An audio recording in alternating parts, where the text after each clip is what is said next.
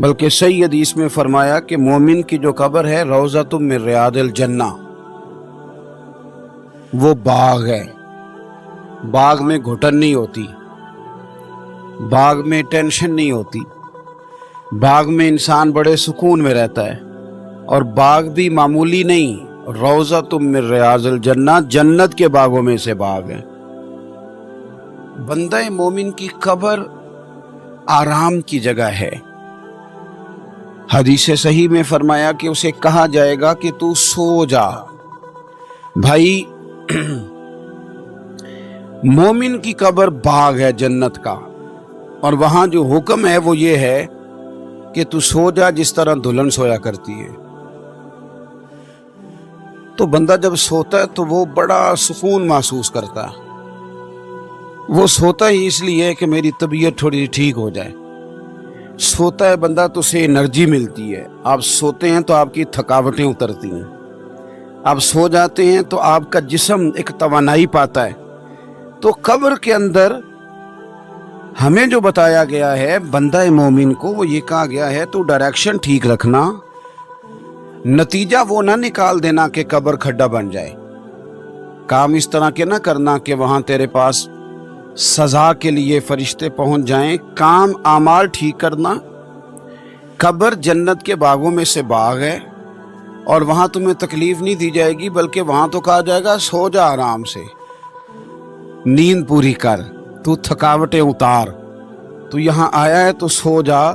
اور سونا بھی اس طرح نہیں، اس طرح سو جس طرح دلہن سوتی ہے۔ آج اس کا پروٹوکول ہے، آج تو اسے دنیا دیکھنے آئی ہے۔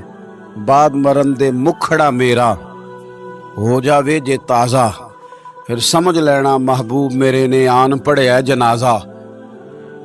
طبیعت میں اس ذوق کو پیدا کیا جائے۔ میں نے قرآن مجید سورہ مریم کی 2 آیات پڑھی ہیں، ان دونوں باتوں کو رب کریم نے بیان فرمایا یوم نحشر المتقین الی الرحمن وفدا۔ خالی ترجمے پہ کبھی غور کریں تو قرآن مجید مزہ دیتا ہے۔ فرمایا یوم نحشر المتقین الی الرحمن وفدا، فرمایا جو نیک لوگ ہوں گے نا، نیک لوگ، انہیں قیامت کے دن رحمان کی بارگاہ میں مہمان بنا کے پیش کیا جائے گا۔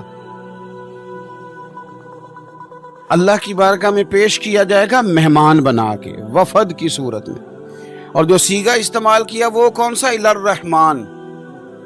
اللہ کے کئی اسماء ہیں نا، یہ نہیں کہا جبار کے پاس پیش کیا جائے گا، یہ نہیں کہا قہار کے پاس پیش کیا جائے۔ ایک تو گئے ہیں مہمان بن کے، اور پیش کس کے پاس کیا؟ رحمان کی بارگاہ میں۔ رحمان اتنا رحم کرنے والا جتنا کوئی کر ہی نہ سکے، اس لیے رحمان بندے کا نام ہی نہیں ہو سکتا۔ بندہ عبد الرحمان تو ہو سکتا ہے، رحمان یہ نام رکھنا جائز ہی نہیں۔ تو رحمان کی بارگاہ میں پیش کیا جائے گا مہمان بنا کے۔ تو مجھے بتائیے جو مہمان بن کے جائے، میری طرف توجہ کرنی ہے آپ سے، اس کے ساتھ سخت سخت باتیں ہوتی ہیں کہ اس کے سامنے کھانے لا کے رکھے جاتے ہیں۔ جو مہمان بنا کے پیش کیا جائے اس کو سزا ہوتی ہے، یا اس کے لیے اچھے اچھے بستر بچھائے جاتے ہیں۔ فرمایا جو متقی ہوں گے نا، متقی پرہیزگار لوگ، وہ رحمان کی بارگاہ میں مہمان بنا کے پیش کیے جائیں گے، وہ اللہ کے حضور جائیں گے مہمان بن کے۔ ان کا وہاں اعزاز ہوگا، وہاں ان کی عزت ہوگی، وہاں ان کا اکرام ہوگا، فرشتے انہیں اعزاز سے بٹھائیں گے۔ اسی لیے امام جلال الدین سیوطی رحمۃ اللہ نے لکھا ہے کہ جب مومن اپنی قبر سے نکلیں گے نا، تو مومنوں کی قبروں کے باہر اللہ براق کھڑے فرمائے گا، انہیں براق پہ سوار کر کے رب کی بارگاہ میں پیش کیا جائے گا۔ لیکن اگلی آیت میں فرمایا جو مجرم ہوں گے وَنَسُوقُ الْمُجْرِمِينَ إِلَىٰ جَهَنَّمَ وِرْدًا، مجرموں کو ہانکا جائے گا جس طرح چرواہا بکریاں ہانکتا ہے۔ اور کیسے ہانکا جائے گا؟ وہ پیاسے ہانکے جائیں گے، ڈنڈے کے ساتھ ہانک کے انہیں جہنم کی طرف پھینکا جائے گا۔ کیوں؟ یہ مجرم ہے، یہ مجرم ہیں۔ مجرم کے ساتھ مجرم والا سلوک ہوگا، اور متقی کے ساتھ مہمان نوازی والا سلوک ہوگا۔ ہمارے جو نیک اعمال ہوتے ہیں نا، اس سے زمانہ آگاہ نہیں ہوتا، زمانہ تمہارے ظاہر سے آگاہ ہوتا ہے۔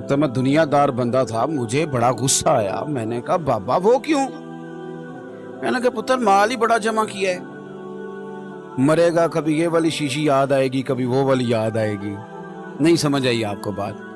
یعنی کبھی مسلم کمرشل بینک والا اکاؤنٹ یاد آئے گا, کبھی ابھی بینک والا یاد آئے گا, کبھی وہ جو فیصل آباد میں پلاٹ لیا وہ پریشان کرے گا, کبھی لاہور والی سوسائٹی کی فائل ڈسٹرب کرے گی کہ اتنا کچھ چھوڑ کے مر جاؤں, اتنی محنت سے اکٹھا کیا تھا, کبھی وہ پجارو کبھی یہ پجارو. اتنا مشکل تو ہم بناتے ہیں دنیا داری. کہا تو نہیں مرے گا تو یہ چیزیں یاد آئیں گی. فرماتے میں دنیا دار تھا, دنیا دار کو نصیحت کرے تو غصہ کرتا ہے. کہتے ہیں میں نے کہا اچھا بابا میری جان مشکل سے نکلے گی تو تیری کیسے نکلے گی؟ فرماتے کہنے لگے بیٹے ادھر آ دکھاؤں. کہتے ہیں میں مڑ کے اوپر سے ہو کے بزرگوں کے قریب آیا, وہ میری دکان کے فرش پہ لیٹے کلمہ پڑا, روح پرواز کر گئی. عرش فرشتے بانگا ملیاں, مکے پہ گیا شور. بلے شاہ آسان نہیں ہو مرنا, یہ تے مر گیا ہی کوئی ہور. تے نالے وارث شاہ وہ کدوں مر دے جنہ کیتیاں نیک کمائیاں نے. اور اقبال کہنے لگے موت کو سمجھے ہیں غافل اختتام زندگی, یہ ہے شام زندگی پھر صبح دوام زندگی. اس کے بعد تو صبح ہے زندگی کی, یہ تو ایک شام ہوئی ہے بس, اٹھیں گے تو سویرا ہوگا. تو کہتے ہیں بابا جی کی روح پرواز کر گئی. کہنے لگے پتر میں تو اس طرح جاؤں گا.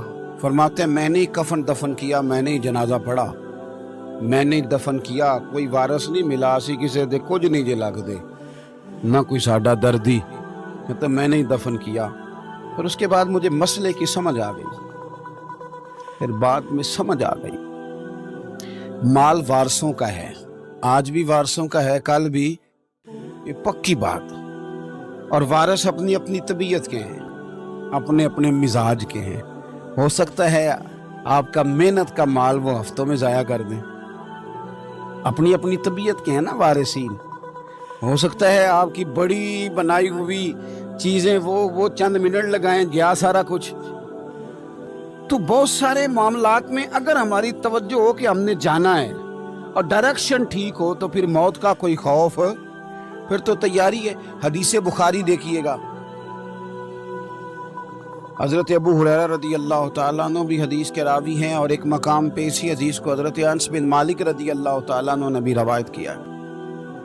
ایک خاتون حضور کی بارگاہ میں آئی اور عرض کی یا رسول اللہ صلی اللہ علیہ وسلم مجھے مرگی کا مرض ہے. یہ بڑا اعصابی مرض ہوتا ہے, جسمانی امراض بھی بڑے مشکل ہوتے ہیں, مرض تو اللہ معاف کرے کوئی بھی ٹھیک نہیں, لیکن یہ جو اعصابی مرض ہے نا, یہ ایک بہت بڑا مشکل مرحلہ ہے کہ آپ کا دماغ کنٹرول میں آ جائے. تو مرگی کا مرض بندے کو بے ہوش کر دیتا ہے, اعصاب کنٹرول کر لیتا ہے, جسم بھی قبضے میں آ جاتا ہے. اور پھر خاتون ہو تو ویسے ہی حوصلہ کم ہوتا ہے. عرض کرتی ہے حضور مجھے مرگی ہے, میں بڑی تکلیف میں ہوں, میرے لیے دعا کر دیں. تو حبیب پاک صلی اللہ علیہ وسلم سب کے لیے دعائیں فرماتے تھے, پر آج حضور نے ایک انوکھی بات ارشاد فرمائی.